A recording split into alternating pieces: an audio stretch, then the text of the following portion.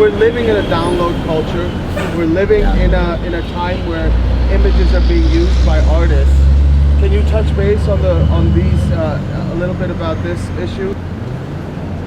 When it comes to intellectual property and copyright, there's a lot of gray area. I absolutely believe in the idea that if someone makes something, someone shouldn't be able to make an identical bootleg and sell it, which would keep the original creator from being able to make money from what they made. However, I think that language and cultural reference points and communication all are built upon people understanding what they're seeing. So if you see something transformed, obviously it references the original. And when it comes to a portrait, it has to look like the person.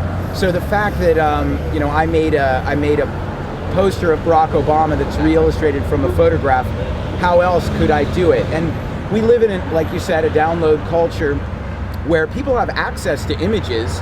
It's not difficult to find images, but it's difficult to make something that cuts through all the white noise, all the visual overload.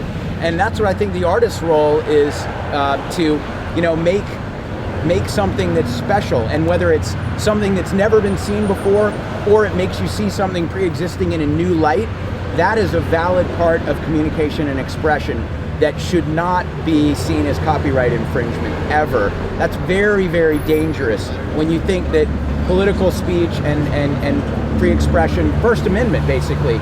As an artist, I don't express myself with words, I express myself with pictures, and a lot of other artists do that. All of a sudden, everything that's out there is copyrighted and you think you might be sued.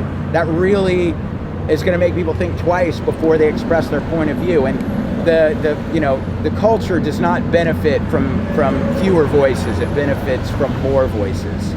So I think that intellectual property and freedom of expression need to have a healthy balance. And right now, corporate agendas, I think, are tilting it too far towards very, very severe and unreasonably restrictive enforcement of copyright law.